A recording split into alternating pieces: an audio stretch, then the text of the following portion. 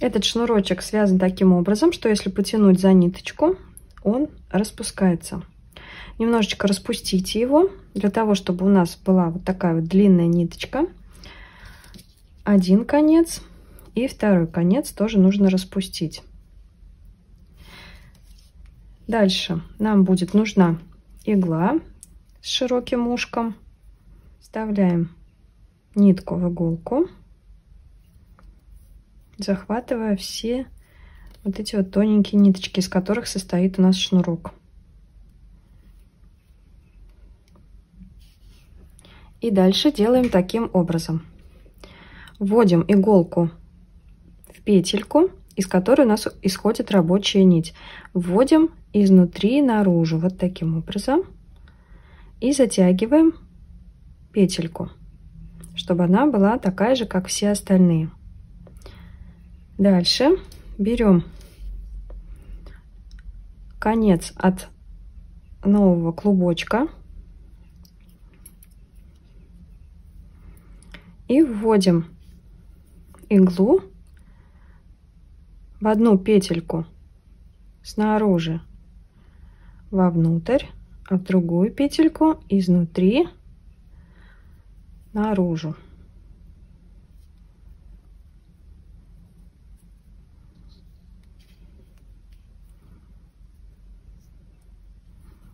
Подтягиваем. Дальше снова входим в петельку, из которой вот на шнурочке от шапочки, который отходит, в которой мы уже цеплялись. Входим в эту петельку снаружи вовнутрь и в следующую изнутри наружу. Подтягиваем. Дальше на шнурочке, который у нас исходит от нового клубочка, вставляем иголку в петельку, которую уже мы захватывали, снаружи вовнутрь и в следующую изнутри наружу.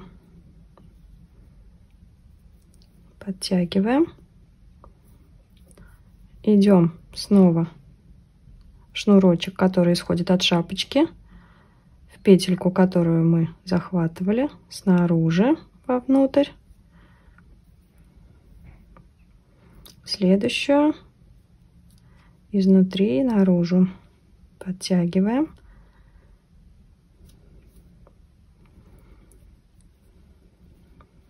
Дальше шнурочек, который идет от клубка, петельку, которую уже захватывали, мы в нее входим снаружи вовнутрь и в следующую петельку изнутри наружу. И у нас осталось это сделать у шнурочка, который исходит от шапочки. Так. И вот так подтягиваем.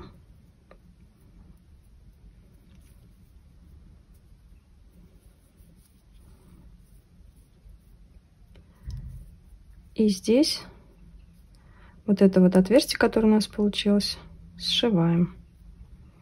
Снова вот эти петельки захватим.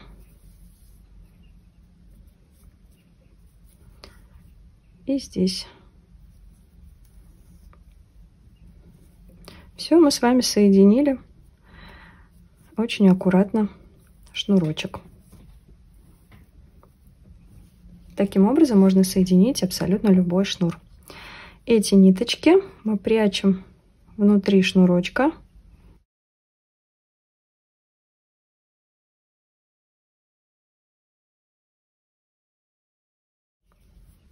Один хвостик и точно так же прячем второй.